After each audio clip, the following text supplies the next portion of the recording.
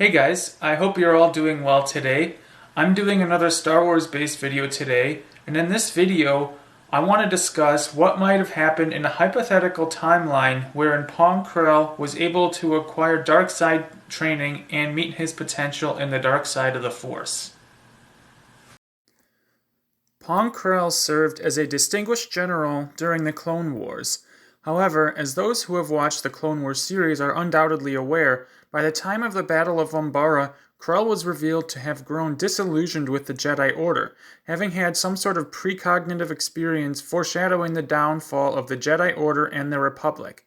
By this time, not wanting to find himself allied with the side sleepwalking towards their own doom, his new ambition was to join Count Dooku and apprentice under him, presumably as a Sith student. During the Battle of Umbara, he had hatched a plan to fool different groups of clone soldiers into killing each other. However, after a handful of friendly fire deaths occurred, the clones soon caught on to his plan, and after some heated debate amongst one another, they decided to confront Krell and relieve him of his duties. A tense standoff ensued, which quickly escalated to an all-out battle of Krell versus the clone soldiers.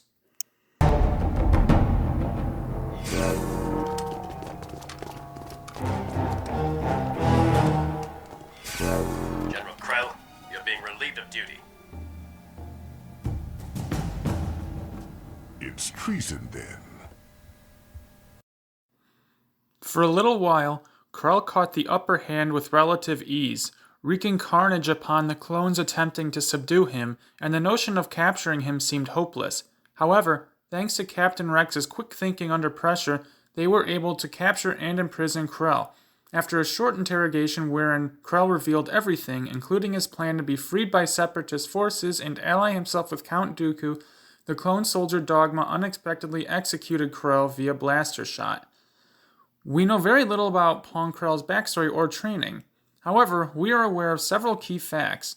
For one, at nearly 8 feet tall, he's a hulking male basilisk with an extraordinarily formidable combination of strength and speed/athletic ability, even without taking his force sensitivity into account.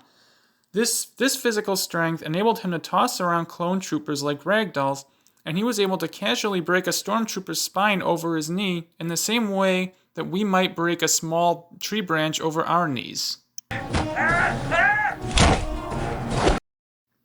Additionally, Krell possessed another unique characteristic of the basilisk species: 4 fully functional arms. If both of those advantages weren't enough, Krell was also a brilliant strategist, tactician, and combatant, and I've personally seen enough to respect his level of force potential as well. As such, I find it compelling to examine the information we do have about him and consider how powerful and dangerous a Sith-Trained Pong Krell might have become. His unique physicality, including his extreme strength and his 4 arms, afforded him the opportunity to forge his own highly unorthodox style of fighting, one which would be virtually impossible to prepare for. His strength enabled him to effectively wield not 1, but 2 enormous saber staffs.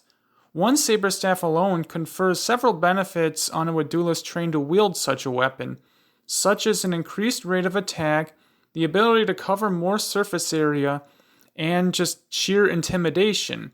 Krell was able to wield 2 of these saber staffs at once, and the blades were enormously long, providing him with a far longer reach than what is normal for such a weapon. The 4 extra long blades also provided him with enough defensive coverage to safely deflect blaster bolts shot at him by several dozen clones at once.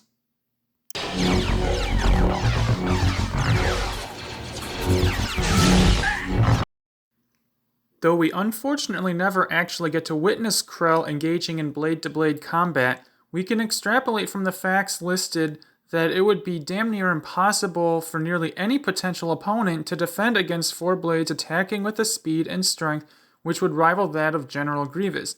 And even if you managed to catch him off guard and land a lucky shot which severed one of his arms, he would still have 3 more with which to fall back upon, meaning that an injury which is usually a crippling, battle-ending injury would be little more than an inconvenience for Krell, assuming the pain did not subdue him. In addition to his abilities with hand-to-hand and lightsaber combat, Krell also possessed more than enough power and skill with the Force to further augment his arsenal of attacks. For example, during the clones' attempted mutiny, Krell was able to execute a massive Force push which sent a dozen clones slamming into the walls behind them, knocking them clear off their feet. Surrender, General. You're outnumbered. A Force push of such magnitude is a rare thing to witness in the Star Wars universe. All in all, Krell was extremely well-rounded combatively, sporting absurdly high levels of strength, incredible speed and agility, a lightsaber dueling style most closely resembling that of General Grievous, competency in force wielding, tactical brilliance, and a sheer psychological intimidation factor. By the time of the Battle of Umbara, Krell had already fallen to the dark side. As such, he likely had already begun utilizing his negative emotions to enhance his abilities. However, given that he had received no formal training in the dark side, he had not come close to meeting what would have been his full potential had he fallen fully to the dark side. Let's construct a hypothetical alternative timeline, wherein he manages to escape Umbara and join forces with Dooku, who grants him Sith apprenticeship and provides him with the proper instruction to refine his use of the dark side. To put it lightly, the dark side would transform the already terrifying Pong Krell into an absolute juggernaut. What would have already been an overwhelming onslaught of lightsaber attacks would be transformed into a whirling blitz reminiscent of spinning helicopter blades. Krell's 4 massive lightsaber blades would whirl around at such dizzying speeds that he'd appear to the naked eye to be enveloped in a plasma cocoon. It would be like nothing any Jedi has ever seen before. Not only would his offensive output be virtually unmanageable for all but the very most powerful opponent, but defensively, those 4 massive blades spinning at such speeds would make his guard virtually impenetrable. Dooku himself, who once admitted that even he on occasion was hard put to outduel General Grievous during training sessions, would eventually find himself in danger of being usurped and replaced. His already formidable force pushes would become lethally powerful, capable of snapping the necks and scrambling the internal organs of his enemies. Their entire skeletons would be busted into shards. Even force-sensitive adversaries would have their force walls blown through as if they were comprised of wet tissue paper. He would be capable of disrupting the flights of enemy aircraft flying overhead, slamming them into nearby structures or into the ground.